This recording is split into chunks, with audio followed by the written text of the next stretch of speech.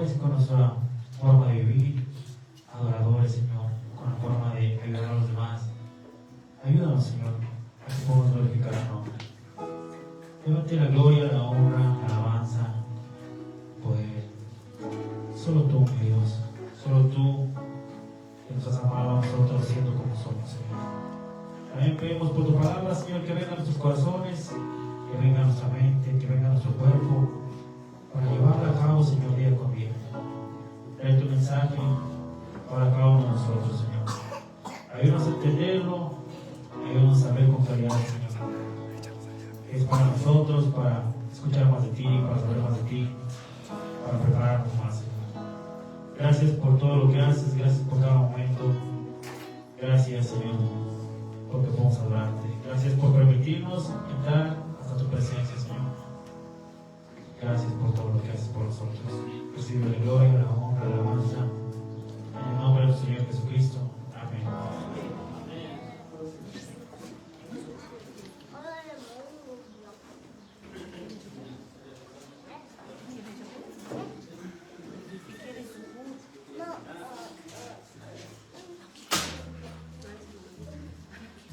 Buenas tardes, hermanos.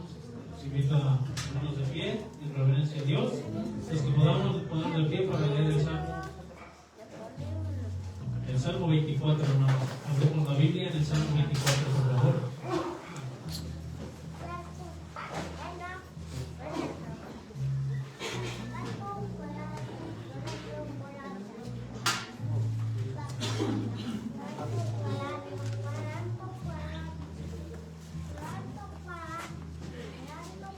Salmo 24, hermanos.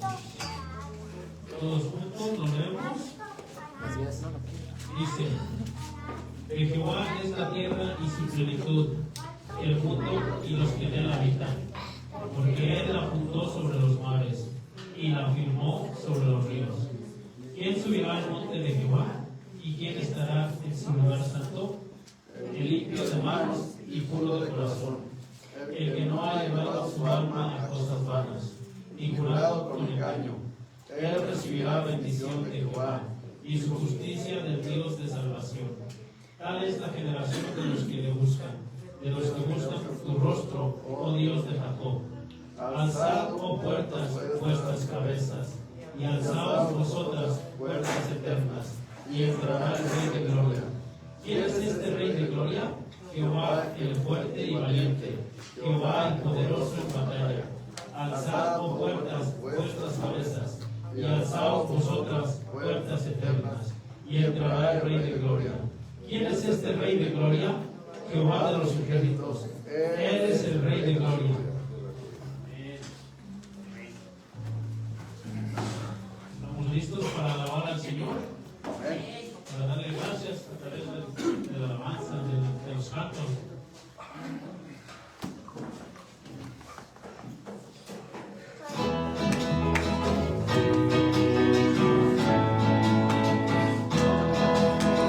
Abre mis ojos, oh Cristo, abre mis ojos, te pido, yo quiero verte, yo quiero verte.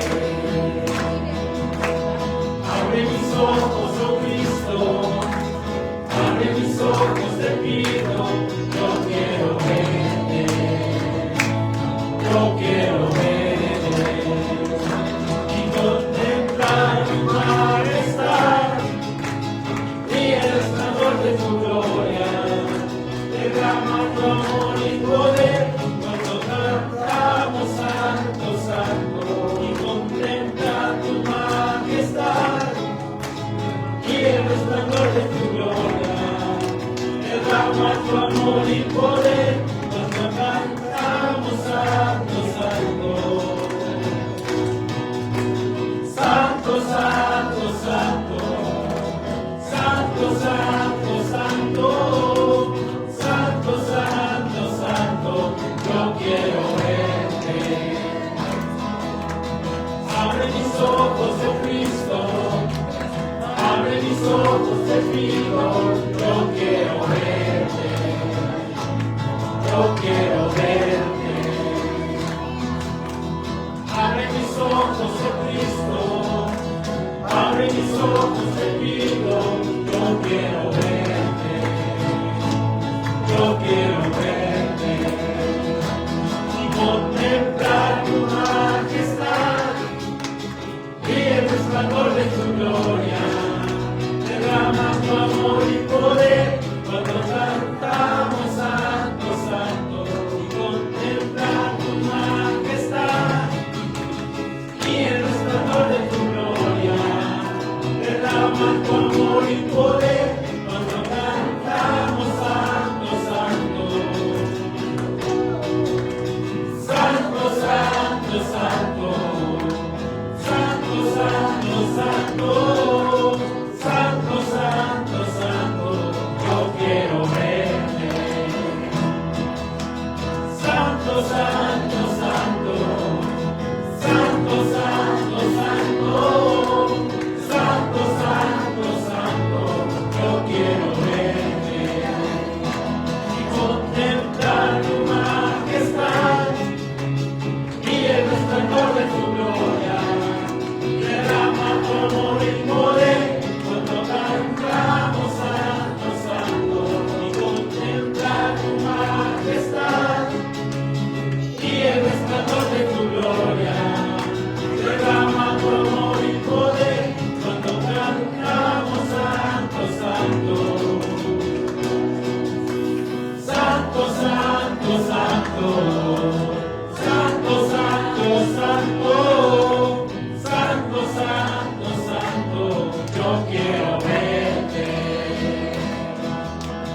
Santo, santo, santo, santo, santo, santo, santo, santo, santo, yo quiero verte.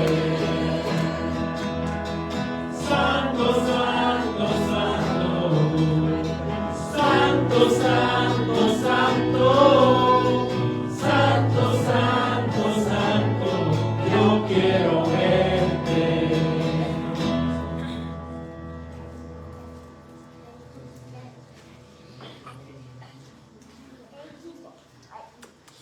Que vinimos a la casa de Dios a alabarle, hermanos. La próxima alabanza dice que es mejor un día en la casa de Dios que mil lejos de Él. Pero, ¿qué haciendo? Alabándole.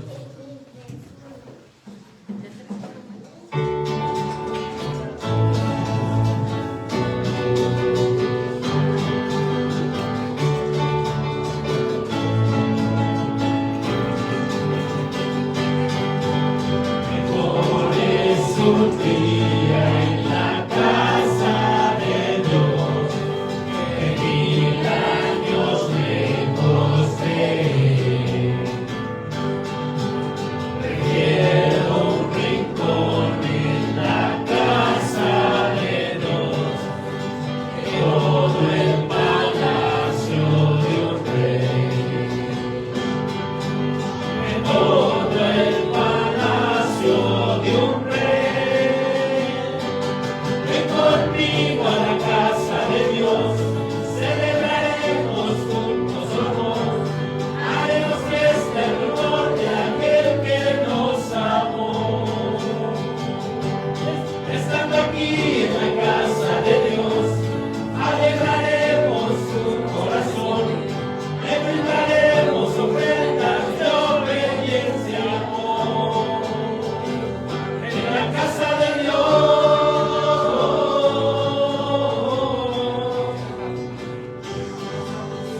arde mi alma, arde mi amor, por aquel que me dio la vida.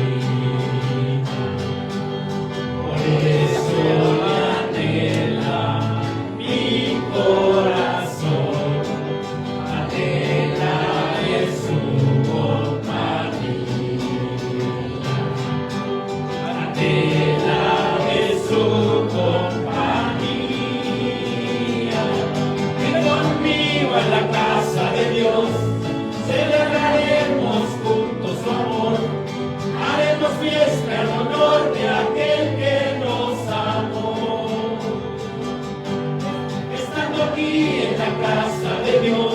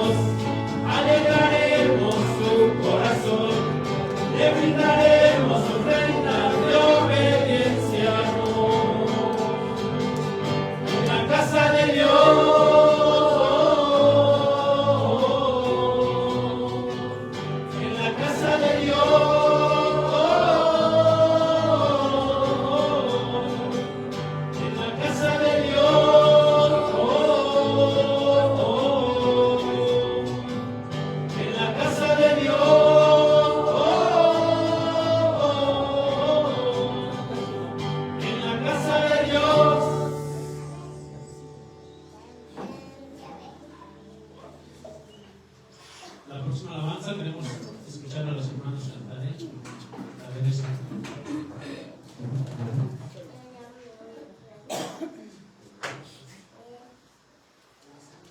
Muy bien, nuestros hermanos, por favor, siguen a nuestro hermano Erasto y nuestras hermanas, falta de coristas, que siguen aquí.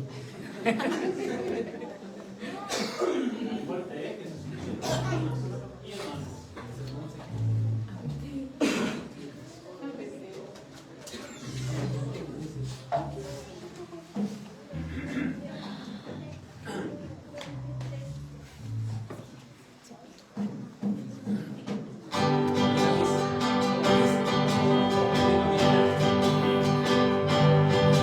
Eres santo,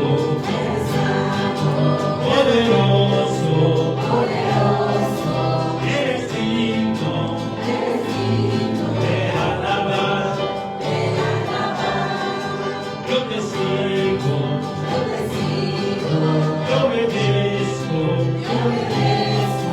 y te amo, siempre lo haré. Siempre cantaré y alabaré al Rey, que es digno. Yo te amaré y adoraré, me postraré ante mi Rey. Siempre cantaré y alabaré al Rey, que es digno. Yo te amaré y adoraré, me postraré ante mi Rey. Príncipe de paz, viviré siempre por ti. Eres santo, poderoso, eres digno de alabar. Yo te sigo, yo obedezco y te amo, siempre lo haré. Siempre cantaré y alabaré al Rey, que es digno.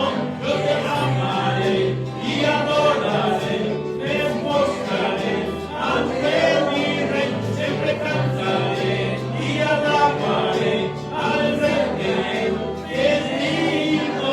Yo te amaré y adoraré, me postraré ante mi Rey. Príncipe de paz, viviré siempre por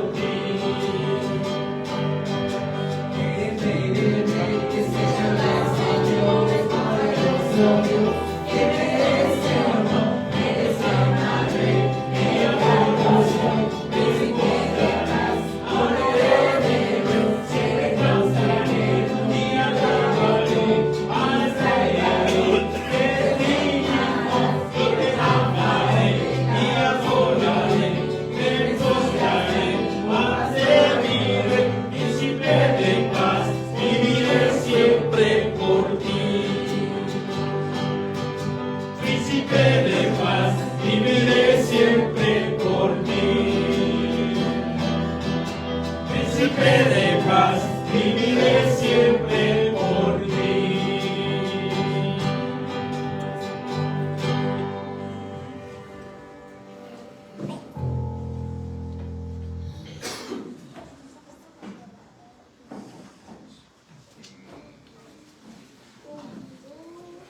Salmo 145. Nuestro próximo coro.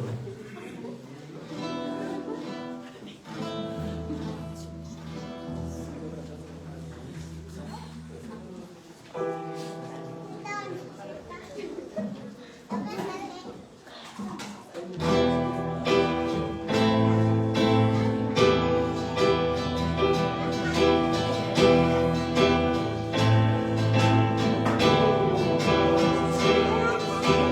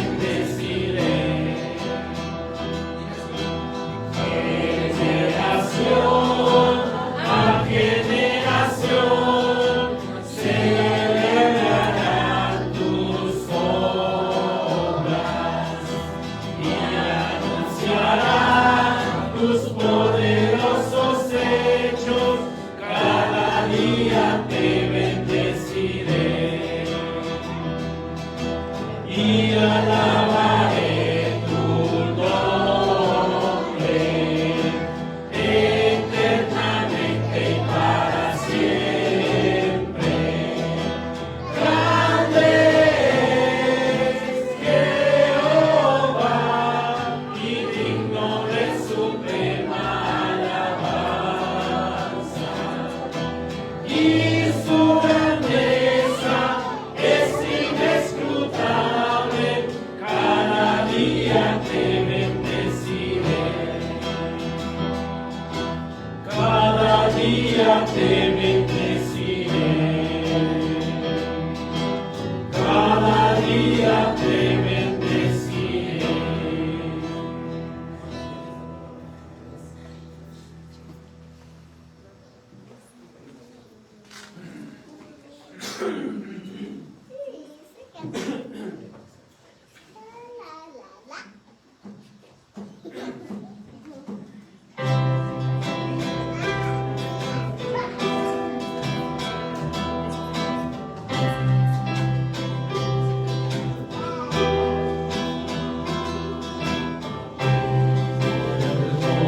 Las olas al mar, que cortó la arena en el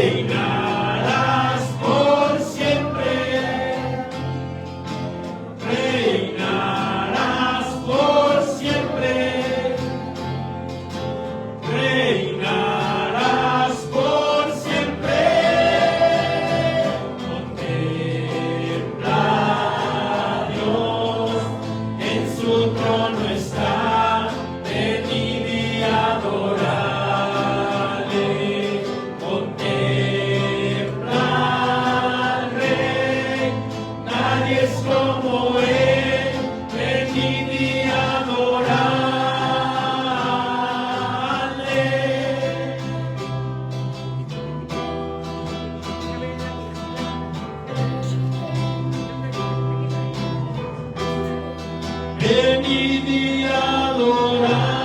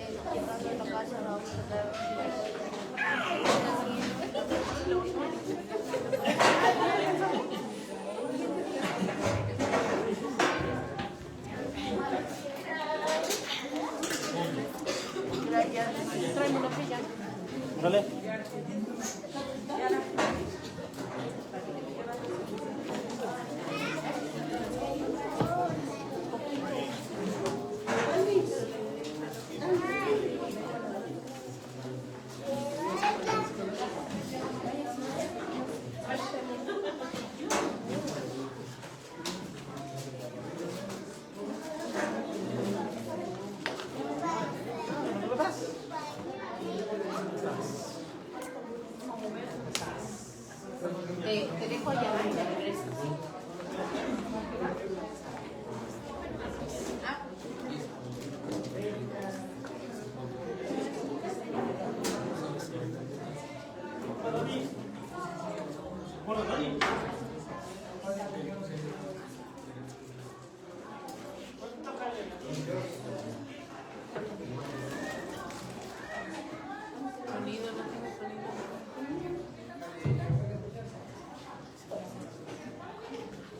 Buenas tardes, hermanos.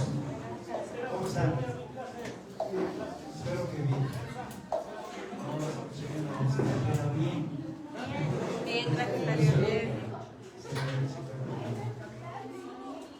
Hermanos, en esta tarde, bueno, ya nuestro hermano oró por la exposición de la palabra hace unos momentos. Gracias, hermano. Quiero llevarlos nuevamente al capítulo 6 de Primera de Corintios, hermanos. Capítulo 6 de Primera de Corintios.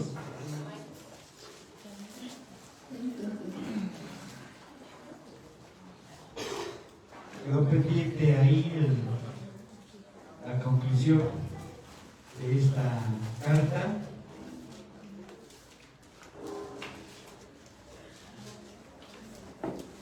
Quiero pedirles de favor, si ya lo encontraron, se pongan de pie. Vamos a darle lectura de los versículos 12 al 20, por favor, hermanos. Capítulo 6, Primera de Corintios, 12 al 20.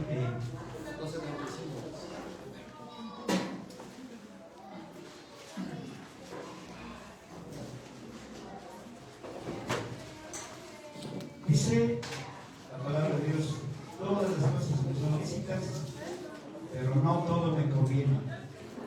Todas las cosas me son lícitas, pero yo no me dejaré dominar por ninguna. La comida es para el estómago y el estómago para la comida, pero Dios destruirá tanto al uno como a la otra. El cuerpo no es para la inmoralidad sexual, sino para el Señor, y el Señor para el cuerpo. Pues como Dios levantó al Señor, también a nosotros nos levantará por medio de su poder. ¿No sabéis que vuestros cuerpos son miembros de Cristo? ¿Quitaré pues los miembros de Cristo para ser los miembros de una prostituta? De ninguna manera. ¿O no sabéis que el que se une con una prostituta es hecho con ella un solo cuerpo? Porque dice, los dos serán una sola carne. Pero el que se une con el Señor, un solo espíritu es. Huid de la inmoralidad sexual. Cualquier otro pecado que el hombre cometa está fuera del cuerpo, pero el fornicario peca contra su propio cuerpo. ¿O no sabéis que vuestro cuerpo es templo del Espíritu Santo, que mora en vosotros, el cual tenéis de Dios, y que no sois vuestros? Pues habéis sido comprados por precio. Por tanto, glorificad a Dios en vuestro cuerpo. Algunas versiones terminan y en el Espíritu, los cuales son de Dios. Padre, Te damos nuevamente gracias por esta oportunidad y queremos pedirte que tú te glorifiques en tu palabra, Señor. Ayúdanos a salir edificados, confortados, Señor. Y Padre, pues ponemos la dedicación a tus manos en el nombre de Cristo Jesús. Amén. Pueden sentarse, hermanos.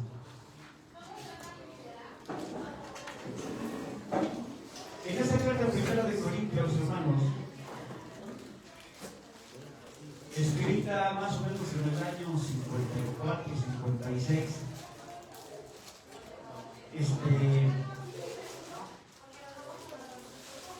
el apóstol Pablo la escribe en razón de que le llegaron información de que en la iglesia de Corintio había ciertas cosas que estaban mal. Y como hemos venido escuchando, hemos venido aprendiendo, ya en la iglesia de Corintio se había infiltrado el pecado, hermanos. Una iglesia levantada por el apóstol Pablo, pues, hacía poco tiempo atrás. Entonces, él los había instruido, les había enseñado bien la obediencia al Señor. Pero Corinto, como era una ciudad muy cosmopolita, muy grande, multicultural, bueno, se había expandido por ahí las prácticas malas, pero sobre todo pues la inmoralidad. Entonces, esa inmoralidad se había infiltrado sutilmente al seno de la iglesia ahí en Corinto. Entonces, por eso Pablo escribe esta carta, pero como hemos venido escuchando desde el principio de esta carta, comenzamos diciendo que había división entre los hermanos, comenzamos diciendo que había que se demandaban unos a otros, lo hacían en tribunales del mundo, fuera de la iglesia. Y muchas cosas, varias cosas más de las cuales hemos escuchado. Había quienes las compartió nuestro hermano en el estudio anterior, capítulo 5, quienes tenían a la mujer de su padre, como compañera, como mujer. Estas cosas pues estaban realmente, eran cosas serias, problemas serios, problemas muy, muy complicados, los cuales Pablo tenía que, pues sentía esa responsabilidad, esa carga de escribir esto, decirle a los hermanos pues que lo que tenía que hacer, lo que tenía que corregir, lo que tenía que estar funcionando bien en la iglesia. Y bueno, dice ahí Romanos 8:33, ¿quién por tanto acusará a los escogidos de Dios? Porque dice que Dios es el que justifica. Entonces muchos de nosotros a veces aceptamos que nos acusen los de afuera, ¿no? Pero eso es quién por tanto acusará a los escogidos de Dios. Entonces los corintios estaban usando esa manera de vida que había en esa ciudad, y por eso digo, se había infiltrado el pecado a la iglesia, y en este caso específicamente vamos a hablar de la inmoralidad sexual, el pecado sexual. Y yo sé que posiblemente este sea un tema fuerte del que se habla muy poco a veces en la iglesia, y si se ha tocado a veces es de manera muy ligera, muy superficial, de manera que se suaviza, ¿no? Pero bueno, esta tarde pues lo hago con temor, lo hago con mucho temor y reverencia a Dios, porque sí es un tema delicado, un tema fuerte. Y es que los corintios estaban transgiversando la verdad de la Escritura para justificarse a sí mismos. Por eso Pablo estaba escribiendo con preocupación esta carta. Entonces dice ahí que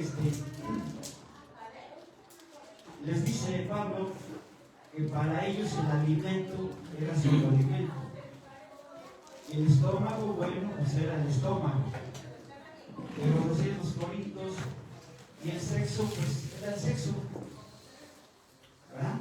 Como si fuera, pues, comerse unas palomitas o qué sé yo. Entonces, para ellos la actividad sexual, hermanos, era una función biológica, la cual, pues, habían normalizado, y esa función, para ellos era como el comer, como para usarse, como se usaba el alimento, que es para satisfacer el apetito. Cuando tenemos hambre, satisfacemos con comida el apetito. Entonces, en la actualidad puede sonar casi muy parecido al pensamiento de aquellas épocas. Entonces, alguien dirá, pues, ¿qué tiene de malo, no? Pues yo cometa esta infracción, ¿no? Una relación extramarital o una fornicación por ahí. No, absolutamente, de ninguna manera es normal. Entonces, para los corintios, hermanos, tener relaciones sexuales con una mujer que ejercía la prostitución era normal.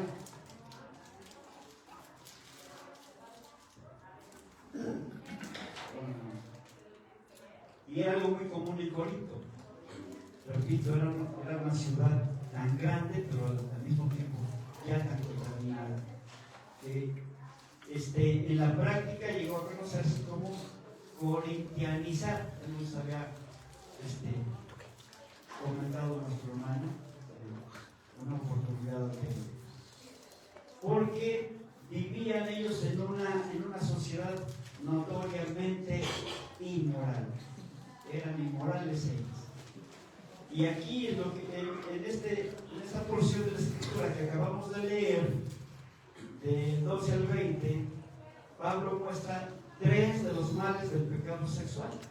Vamos a ver 3 daños que provoca el pecado sexual.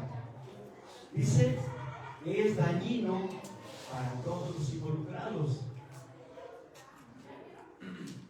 ¿Por qué? Porque controla a los que se entregan a él. Controla a estos que se involucran, ¿verdad? Y pervierte el propósito de Dios para el cuerpo. Entonces vamos a ver este asunto. Y mencioné que Pablo aquí está mostrando 3 males, 3 daños que causa este pecado. Vamos a ver uno de ellos. Dice, el pecado sexual daña, porque comienza diciendo, todas las cosas me son lícitas, mas no todas convienen. La declaración, todas las cosas son lícitas, puede que fuera una expresión común de los corintios. Y decían, es que todas las cosas son lícitas para mí, no hay ningún problema, ¿sí? Así pensaban, porque aquella era una sociedad completamente liberada, completamente con pensamientos, recuerden que eran filosóficos ellos, ¿no? Pero aquí Pablo, en este versículo, está agregando la palabra me. Pablo agrega me para decir todo pecado que cometo como cristiano es perdonado en Cristo Jesús. ¿Sí? Retroceder un poquito, dice, todas las cosas, decían ellos, son lícitas, pero Pablo dice, me son lícitas. Entonces aquí Pablo agrégame para pensar de esta manera. Todo pecado que cometo como cristianos perdonado en Cristo Jesús. Pero hay una realidad, hermanos. Ningún pecado es alguna vez correcto o bueno, de ninguna manera. Y ningún pecado produce alguna vez algo recto ni bueno. El pecado nunca puede ser provechoso ni tampoco beneficioso. Y es que esa es la manera de pensar de Dios, usando al apóstol Pablo para decir estas cosas. Al final dice,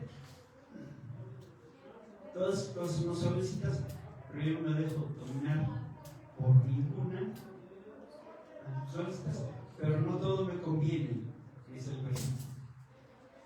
Conviene significa ser beneficioso, que sea beneficioso. En el sentido, hermanos, de que todos los creyentes son libres y ya no están para nada bajo el dominio de la ley. Todas las cosas son lícitas para ellos, para los corintios. Pero el precio por hacer ciertas cosas es sumamente elevado y también muy improductivo. Hermanos, el pecado nunca trae ganancia. El pecado siempre trae pérdida. Y el tipo de pecado particular que Pablo tiene en mente aquí, estamos hablando que es el pecado sexual. Recuerden, se habían infiltrado ya varias cosas incorrectas dentro del centro de la iglesia.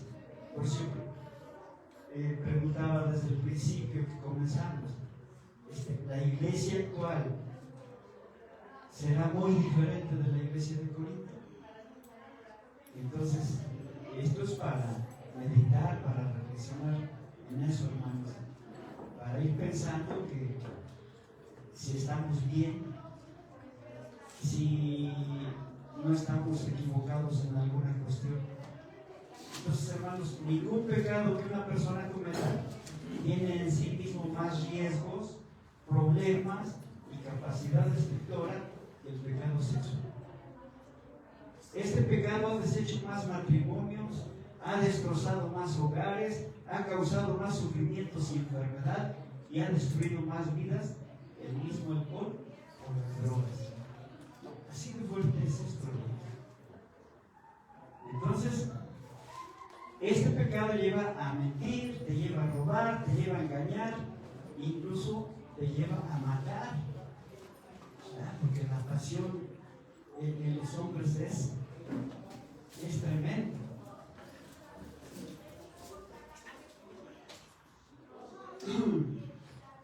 Entonces, hermanos, también causa amargura, causa odio, causa difamaciones, chismes y también dificultad para perdonar.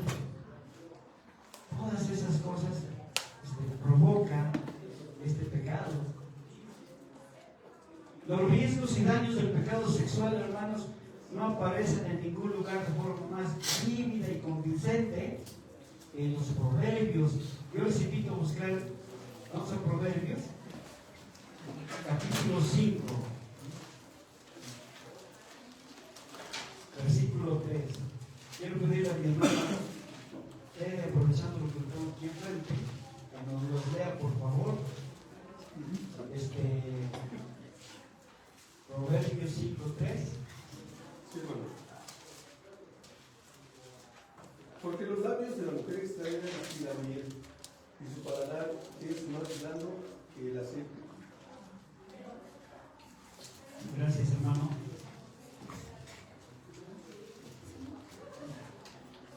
Entonces, hermanos, ahí quédense en Proverbios, vamos a estar estudiándolo también. Y ahorita regresamos a 1 de Corintios. En este pasaje que nuestro hermano acaba de leer, la verdad básica se aplica a una mujer que ejerce la prostitución o a cualquier otra mujer que trata de seducir a un hombre. Pero también se aplica a un hombre que trata de seducir a una mujer. Entonces, hermanos, la enseñanza es que la atracción sexual es extremadamente tentadora y poderosa. No es tan simple, no es tan sencillo, hermanos. Aparenta ser atractiva, agradable y buena. No promete otra cosa que placer y satisfacción. Mas su fin es amargo como el ajenjo, nos diría el Señor, ¿no? Agudo como espada de dos filos, y sus pies descienden a la muerte, y sus pasos también conducen al Seol. Por eso hablo de que incluso una pasión insana conduce a la muerte. Sus caminos son inestables, y dice ahí Proverbios 5, estamos ahí, hermano Jorge, versículos del 4 al 6, o Mane, o Betel, si lo tiene. ¿Son de 4 al 6? Sí, 4 al 6. La mujer no tiene potestad sobre su propio cuerpo, sino el marido, y tampoco tiene el marido Proverbios 5, del 4 al 6. ¿Sí está bien? Proverbios 5, del 4 al 6. Mas su fin es amargo como el ajenjo, agudo como espada de dos filos. Sus pies descienden a la muerte, sus pasos conducen al Seol. Sus caminos son inestables, no los conocerás, sino considerares el camino de vida. Ahí está. Es lo que acabamos de compartir. Gracias, hermano. Entonces, hermanos, la primera característica del pecado sexual es el engaño, porque nunca da lo que promete. Ofrece gran satisfacción, pero da gran desilusión. Dice que es vida auténtica, pero en realidad es camino de muerte.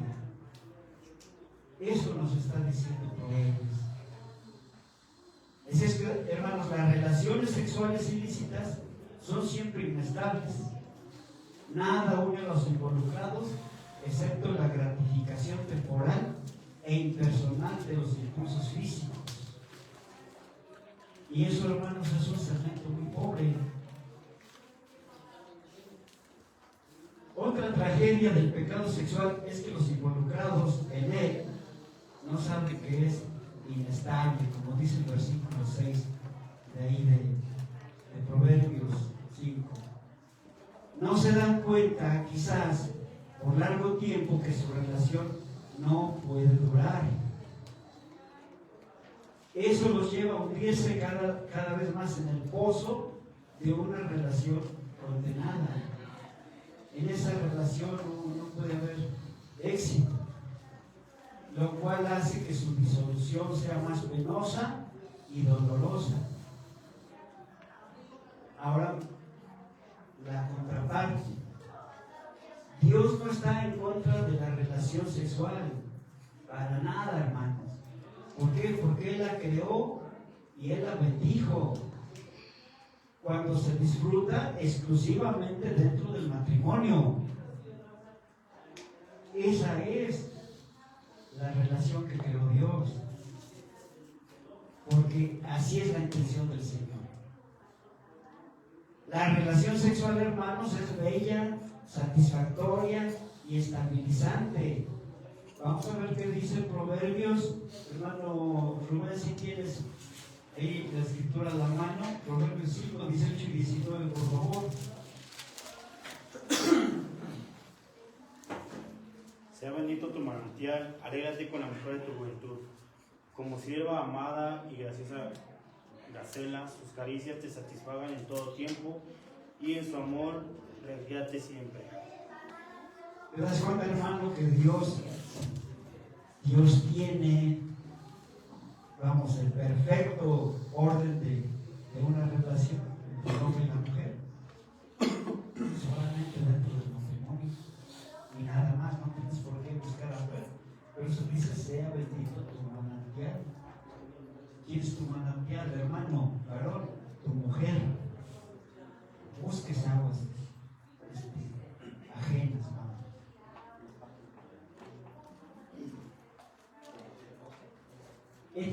consejo de la Biblia para evitar involucrarse sexualmente fuera del matrimonio es muy sencillo, hermanos. Aléjese todo lo que pueda de las personas y lugares donde puede verse metido en problemas. Porque ahí mismo en Proverbios 5:8 dice: aleja de ella tu camino y no te acerques a la puerta de su casa. Y hay un ejemplo que nos da la Biblia. No lo vamos a ver, pero en Génesis 39 viene la historia de José. ¿Qué hizo José cuando la esposa de Potifar lo acosaba, lo perseguía, lo deseaba? José huyó. Esa es la palabra. José huyó. José, hermanos, no se detuvo a preguntarle: oye, pues ¿qué te traes conmigo? ¿Qué quieres? ¿Verdad? Ya me tienes cansado de perseguirme. A ver, bueno, voy a hacer lo que quieres. No. Él no preguntó, no indagó, no se puso ahí a comentar nada de esa situación, sino que huyó. Y pueden ver la historia ahí en Génesis. Entonces, hermanos, la pasión no es racional o sensible. Y las situaciones sexuales peligrosas, como en el caso de José, deben evitarse y huir de ellas. No discutirlas, no consultarlas. ¿Por qué, hermanos? Porque involucrarse en relaciones sexuales ilícitas lleva a la pérdida de la salud, a la pérdida de las posesiones. Si tú tienes posesiones, las vas a hacer. ¿Por qué? Porque las vas a gastar en una relación ilícita. Te lleva también a la pérdida del honor, incluso del respeto. Porque pierdes el respeto no solo de tu familia, pierdes el respeto de los que te conocen, de los cercanos a ti. Así es que, hermano, toda persona que continúa en tales pecados no sufre necesariamente todas esas pérdidas. Pero esos son los tipos de pérdida que producen persistir en un pecado sexual. Así es que el que se entrega a la pasión sexual descubrirá qué cosa, hermano, que ha perdido sus años dándoselos a alguien que es cruel. ¿Y por qué? Lo dice la misma Escritura, y en el versículo 10, veanlo. Has perdido tus años dándoselos a alguien que es cruel. ¿Y por qué es cruel? Porque así como tiene una aventura con cierta persona, la puede tener con otra. Y con otra. ¿Verdad? Y este es un pozo donde se va cayendo cada vez más y más y más. Esto no se detiene. Y dice también: y que los extraños se sacien de tu fuerza y tus trabajos estén en casa del extraño, y gimas al final cuando se consuma tu carne y tu cuerpo. Proverbios 5, 9 al 11. Ahí está escrito, hermanos. Dice: en las aguas hurtadas de las relaciones sexuales fuera del matrimonio, como dice, vamos a verlo ahí en el versículo 16. ¿Quién lo lee, por favor? Hermano, ¿quién tenga hermanos varones? 5:16. Sí, dice así en la palabra de Dios: se derramarán tus fuentes por las calles y tus corrientes de aguas por las plazas. ¿Sigo adelante?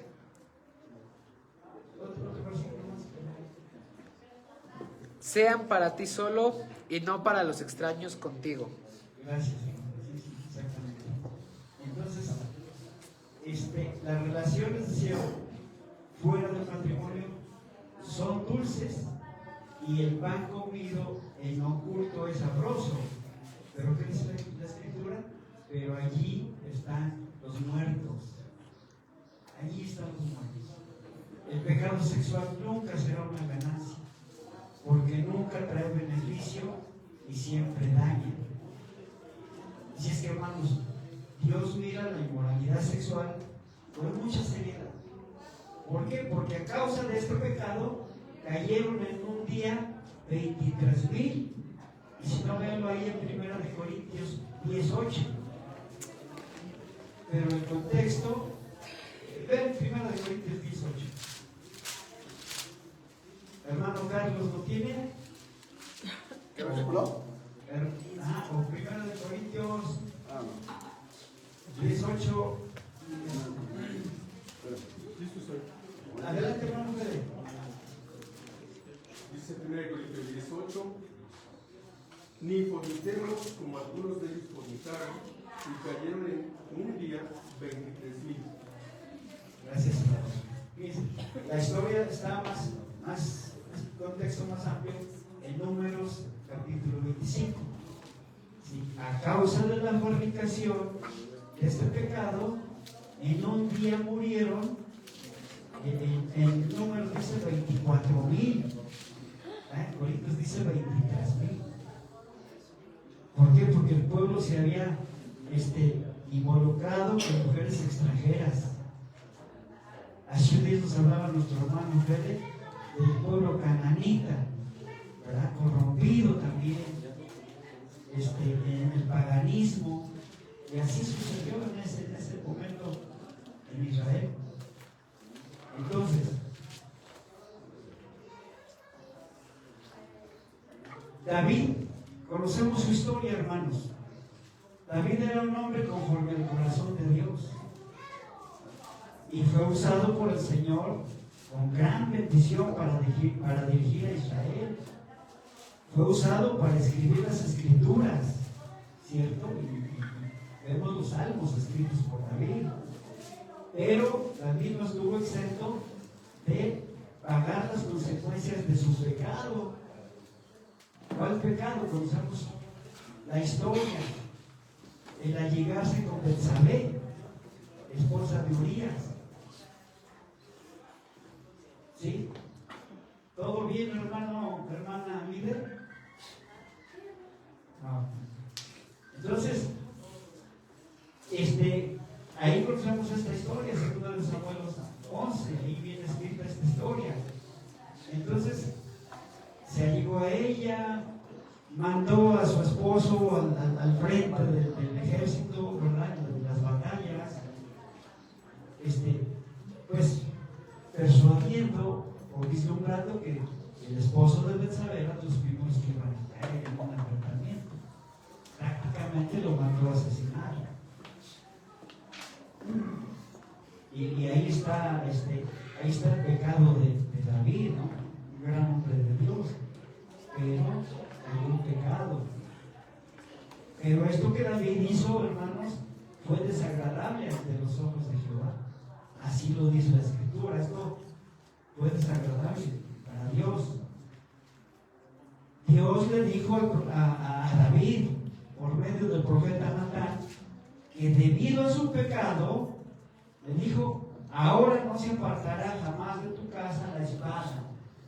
Se lo dijo el profeta. Dice: yo haré levantar el mal sobre tu misma casa, y el hijo que te ha nacido ciertamente morirá. Así es que, hermanos, David pagó por estos pecados casi cada día del resto de su vida. Y es cierto todo eso. Varios de sus hijos fueron rebeldes, fueron celosos, fueron egoístas, y su vida familiar fue en su mayor parte un terrible caos, porque hubo fue decayendo incluso Israel, derrotado por varias naciones, ¿no? Se vino como una debacle ahí contra Israel por esta causa. Y es cierto que David sí se arrepintió, hermanos, se arrepintió de su pecado y dice que fue perdonado.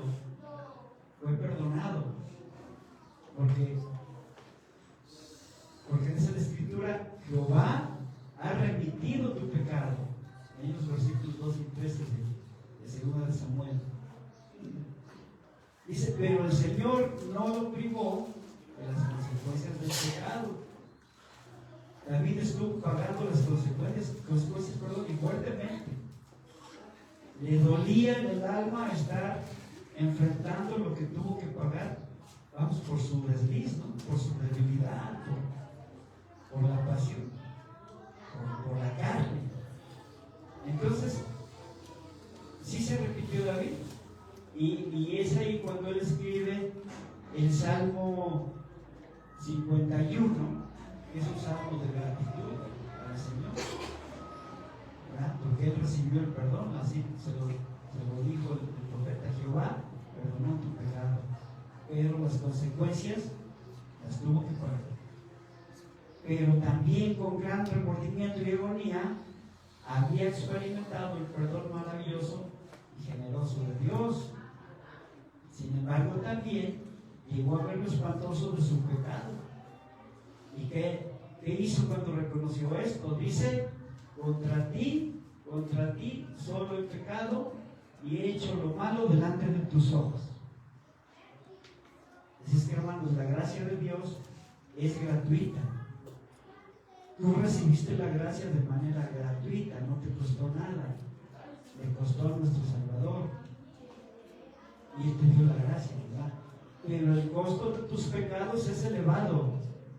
Por eso tenemos que, nos hace la invitación vez tras vez, ponernos en cuentas con el Señor.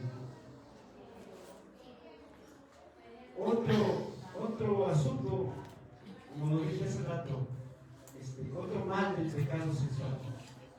Este pecado te controla, hermano. Porque dice: todas las cosas no son lícitas, mas yo no me dejaré dominar de ninguna. Seguimos en versículo 2 en la parte B. Yo no me dejaré dominar de ninguna. Y aquí estaba hablando Pablo, dice, él se sentía libre por la gracia de Dios. ¿Tú cómo te sientes, hermano? Él se sentía libre para hacer la gracia por la gracia de Dios, para hacer lo que le agradara, pero se negó a dejarse dominar por ninguna cosa. Por eso dice: yo no me dejaré dominar por ninguna, sino por Cristo. No permitiría quedar esclavizado por ningún hábito o costumbre, y ciertamente por ningún pecado. Esas son las palabras de Pablo. Porque el pecado no se enseñoreará de vosotros, pues no estáis bajo la ley, sino bajo la gracia. Romanos 6:14. Es que, hermanos, ningún pecado esclaviza más que el pecado sexual. Cuanto más se entrega la persona a él, más queda controlada. A menudo empieza con pequeñas imprudencias, ¿sí? A veces ya los hombres tienen a su mujer, pero le avientan piropos a la que ven pasar. Esa es una imprudencia, hermano. No estás respetando tu casa, estás mancillando tu casa, una palabra. Y aún sin tener un contacto sexual, ¿verdad? Pero ya la atracción empieza a trabajar ahí en los ojos. Y estas llevan a otras cosas mayores y finalmente a cometer un vicio flagrante, como es el adulterio o la fornicación. Y nosotros vemos cómo hay progresión en el pecado, y esto se refleja en el Salmo 1, por ejemplo. Comienza diciendo el Salmo 1: bienaventurado el varón que no anduvo en consejo de malos. Es primera parte. Ni estuvo en camino de pecadores. O sea, no anduvo con malos, no anduvo con pecadores. Pero si hubiera andado con malos, aunque no hiciera nada malo, se iba a contagiar. Pero si anduvo también en camino de pecadores, ¿qué va a pasar? Pues se me hace fácil también este camino, pues no pasa nada. Claro que pasa. Y 3, y dice, no anduvo en consejo de malos, ni estuvo en camino de pecadores, ni en silla de escarnecedores se ha sentado. Entonces, aquí vamos a una progresión positiva para el creyente, ¿verdad? Pero el que anda por ahí no ha sido confirmado en la fe de Cristo Jesús, se le hace fácil hacer estas cosas. Cuando nos asociamos por propia voluntad con el pecado, terminamos pronto tolerándolo y además practicándolo. O sea, eso está horrible, ¿no? Como todos los demás pecados a los que no nos resistimos, los pecados crecen y al final corrompen y destruyen no solamente a los involucrados en este pecado, sino también a muchos inocentes que están cerca. Tenemos de corbata a otros, ¿no? Que estén cerca nuestro.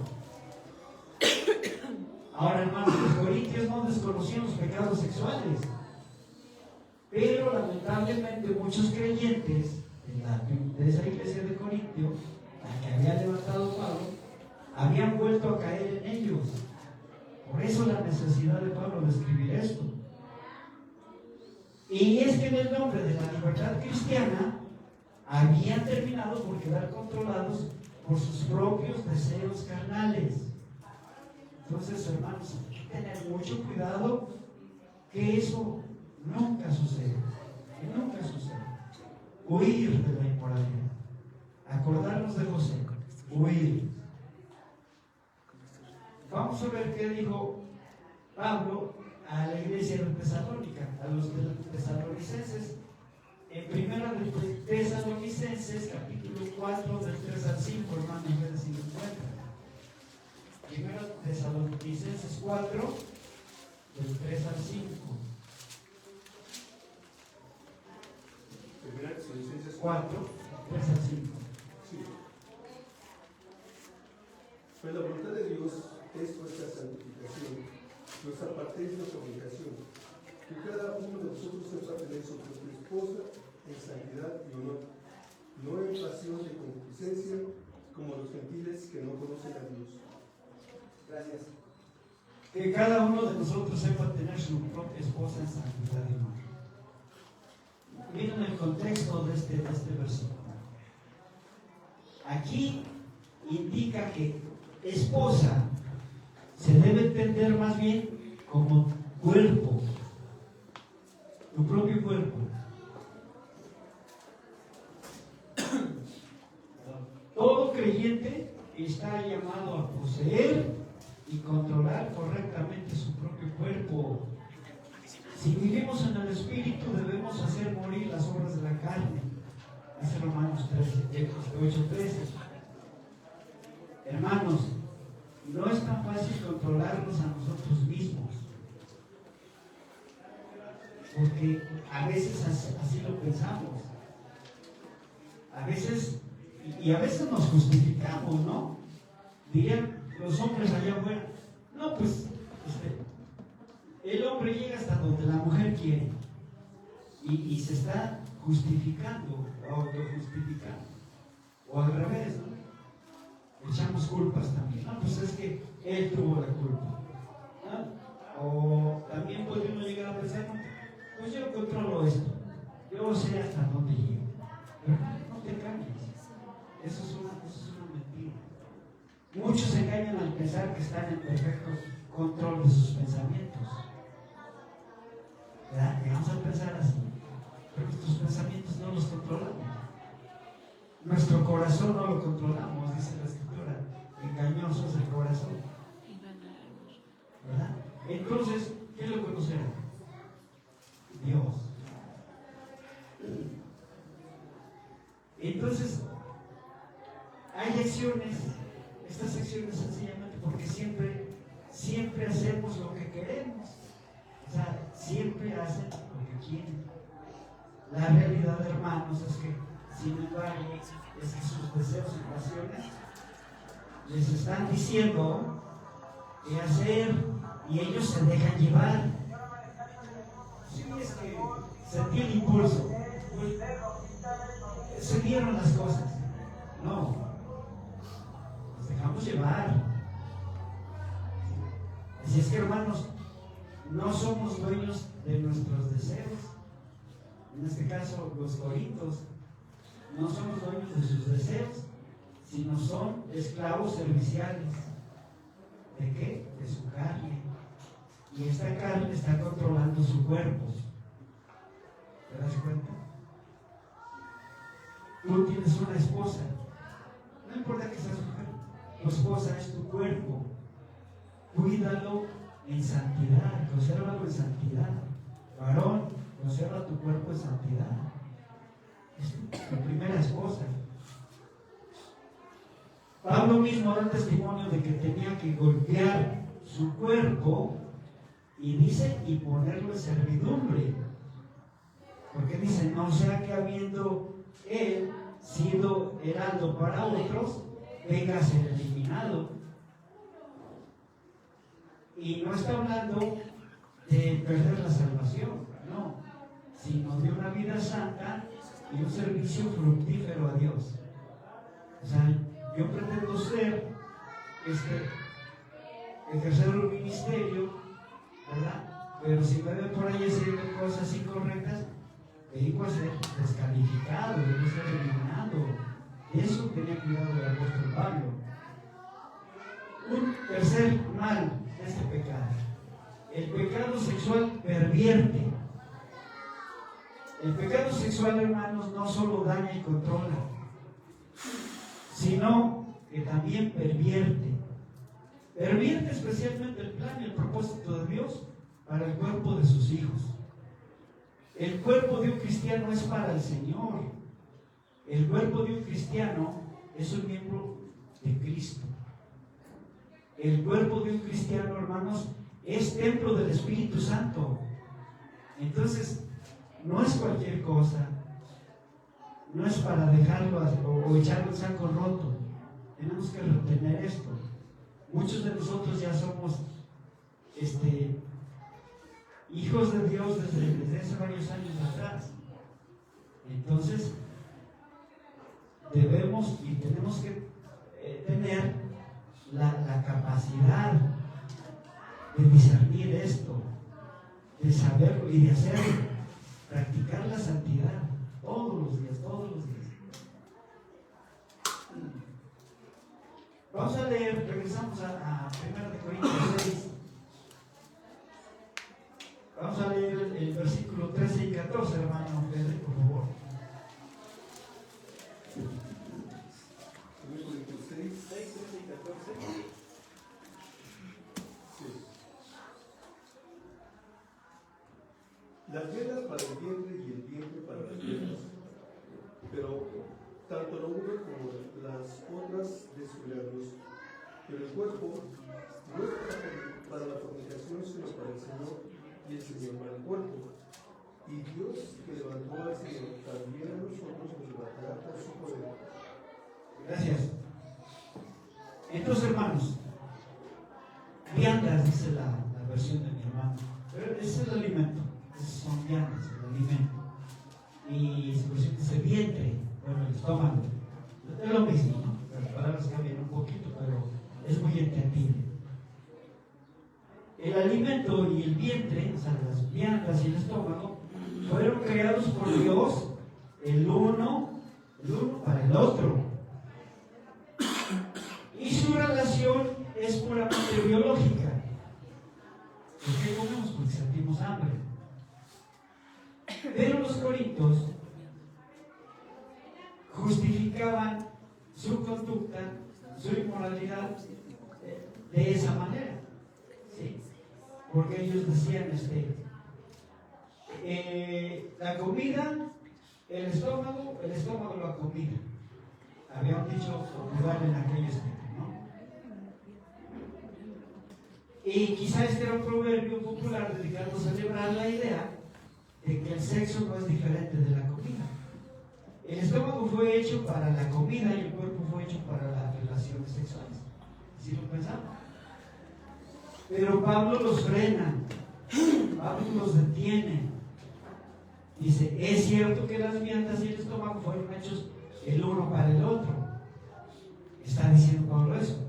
Pero también es verdad que esa relación es estrictamente temporal. Un día, cuando su propósito se haya cumplido, hablando del cuerpo físico, tanto al uno como a las otras destruirán Dios. Y ese proceso biológico no tiene razón de ser allá arriba, en el estado eterno. Allá ya no necesitas comer. Allá el estómago ya no necesita de la boca y al revés. No sucede así con el cuerpo mismo. Lo explico.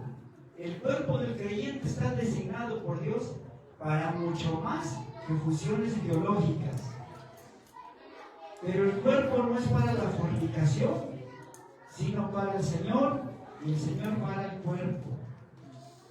Pablo tenía esto en mente y tenía un proverbio mejor con esa declaración. El cuerpo está para ser el instrumento del Señor. ¿Para qué? Para su uso y gloria. Así de fácil. Por eso, cuando venimos a la cena del Señor, hermanos, estamos adorando no solo espiritualmente, sino también corporalmente, porque tu cuerpo es un templo y tu cuerpo presenta lo limpio, puro, sano, santo. Ese es un hermoso templo para Dios. Versículo 14 de ahí de 1 de Corintios: y como Dios levantó al Señor, también a nosotros nos levantará con su poder. Nuestro cuerpo, hermanos, está diseñado no solo para servir en esta vida, sino también para la venidera. Será un cuerpo transformado, resucitado, glorificado, un cuerpo celestial. ¿Sí, hermanos? Pero todavía, a pesar de este proceso, seguirá siendo nuestro propio cuerpo. El estómago y el alimento tienen solo una relación horizontal temporal, pero esa relación cesa con la muerte. Ahí se acabó. Pero nuestro cuerpo es más que biología. Los creyentes tienen también una relación espiritual vertical, o sea, la tierra al cielo, tuya con Dios. Esa es una relación vertical. Pertenecen a Dios y vivirán para siempre con Él. Los creyentes pertenecen a Dios y vivirán para siempre con Dios. Esa es la razón por la que Pablo dice también: mas nuestra ciudadanía está en los cielos, de donde también esperamos al Salvador, al Señor Jesucristo. ¿Qué dice? El cual transformará el cuerpo de la humillación nuestra para que sea semejante al cuerpo de la gloria suya. Filipenses 3, 20, 21. Entonces, hermanos, debemos tomar con seriedad el cuidado de este cuerpo, porque este cuerpo resucitará en gloria para ser un instrumento que albergue nuestro espíritu puro y eternamente glorioso. ¿Por qué, hermanos? Porque el cuerpo es miembro de Cristo. Léenos, por favor. No sé si te casé, hermano, versículos 15 al 18 del capítulo 6. 15 al 18. De 15 al 18. ¿No sabéis que vuestros cuerpos son miembros de Cristo? Quitaré pues los miembros de Cristo y los haré miembros de una ramera. De ningún modo. ¿O no sabéis que el que se une con una ramera es un cuerpo con ella? Porque dice, los dos serán una sola carne. Pero el que se une al Señor, un espíritu es con él. Huid de la fornicación. Cualquier otro pecado que el hombre cometa está fuera del cuerpo, mas el que fornica contra su propio cuerpo peca. Gracias, hermano. Mas el que fornica contra su propio cuerpo peca.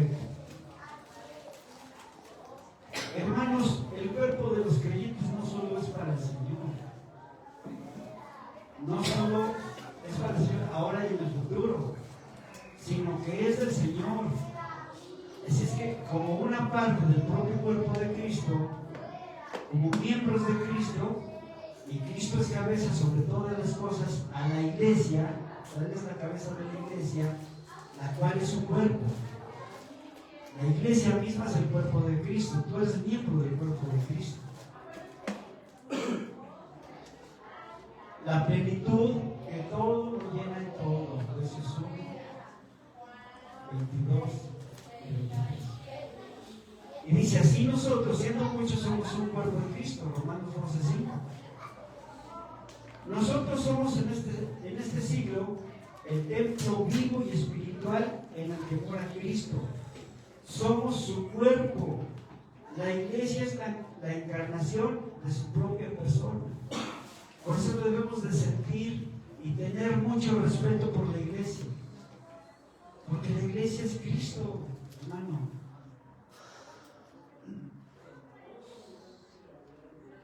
Lo que Pablo está diciendo aquí, lo que dice a continuación, se deduce lógicamente.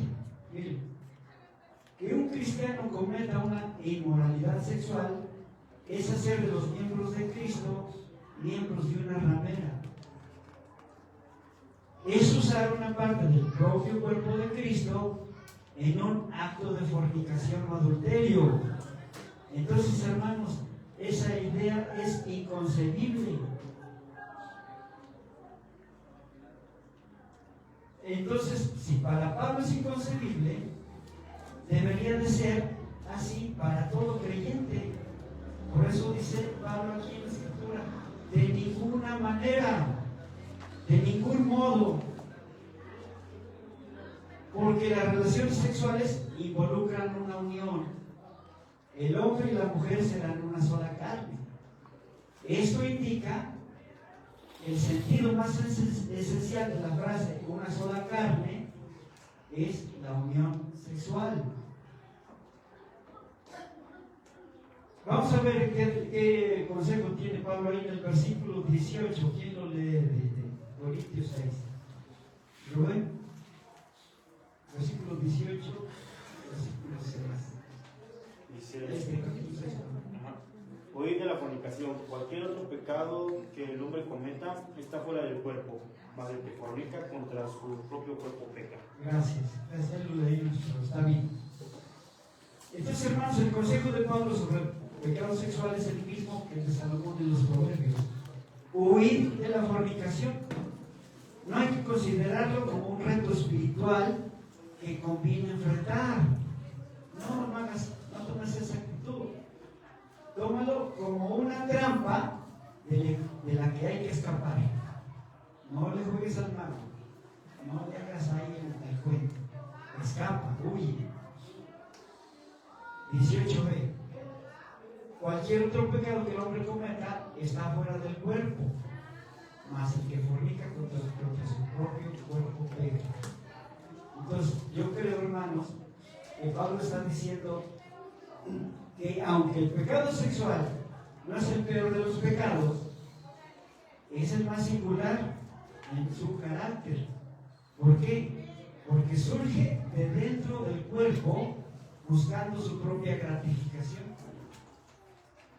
Este pecado domina como ningún otro impulso lo hace, y cuando es satisfecho afecta el cuerpo como ningún otro pecado.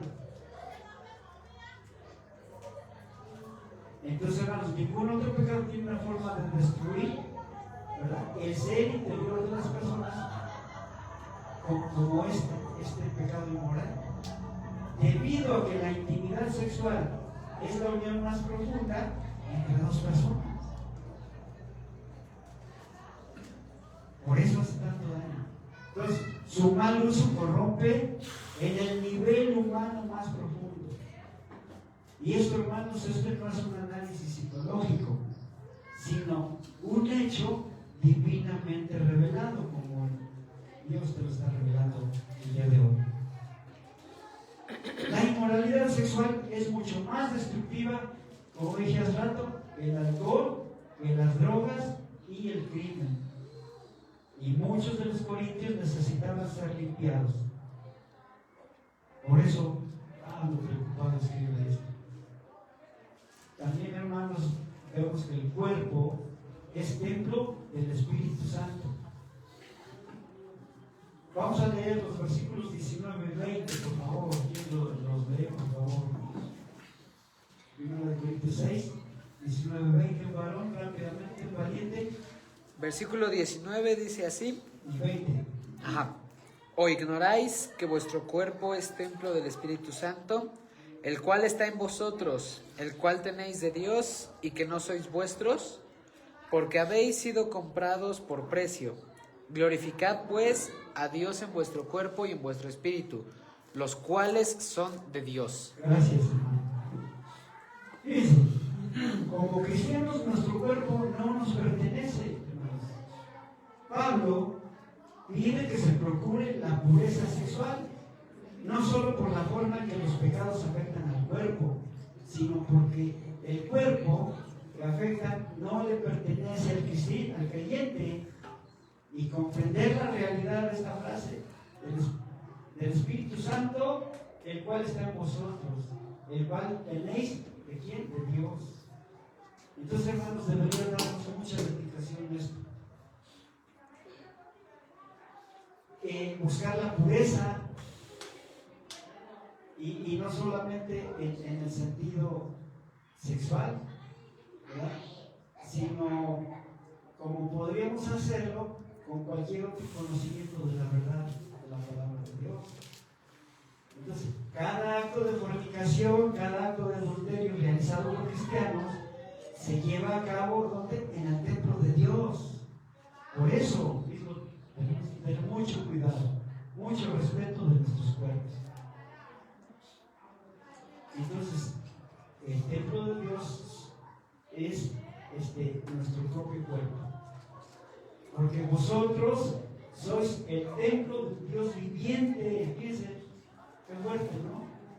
2 Corintios 6, 16, ahí lo dice. Porque vosotros sois el templo del Dios viviente. Entonces, hermanos, los cristianos somos la morada del Espíritu Santo. Hay varios versículos bíblicos que nos lo establecen, que quedó ahí registrado por el mismo Espíritu Santo. Y entonces, hermanos, por consiguiente ya no nos pertenecemos a nosotros mismos, porque hemos sido comprados por precio.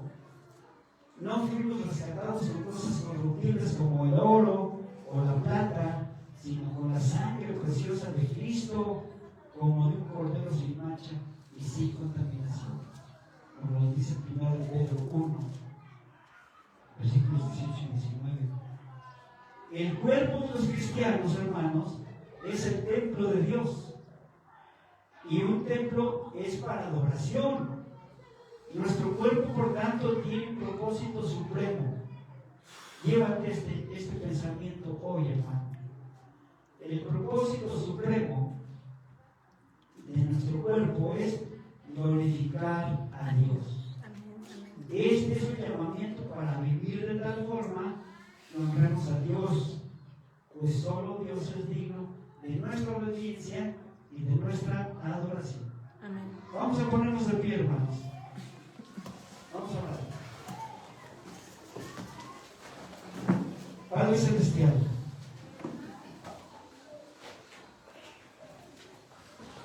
cuán grande, cuán sublime es tu consejo, Señor. Una instrucción tan acertada. En esta tarde, Señor, nos llevamos con mucho agrado. Esto que escuchamos hoy, Señor, que quede grabado en nuestras mentes, en nuestro corazón. Y bendito Dios, pues, ayúdanos a ponerlo por práctica, por obra, buscando siempre agradarte, pero sobre todo adorarte por nuestro propio cuerpo, y que nuestro cuerpo sea, como dice la Escritura, un templo santo para ti, dispuesto, Señor, y abierto a tu persona, Señor. Que logremos eso, Señor, con el consejo, en la dirección de tu Santo Espíritu también, Señor. No apartes de nosotros, condúcenos líbranos del consejo de los malos, de la silla de los escarnecedores. Padre, tómanos tú de tu mano y no perdamos el camino, Señor. Esta tarde llevo a mis hermanos de regreso a casa, a sus hogares en paz.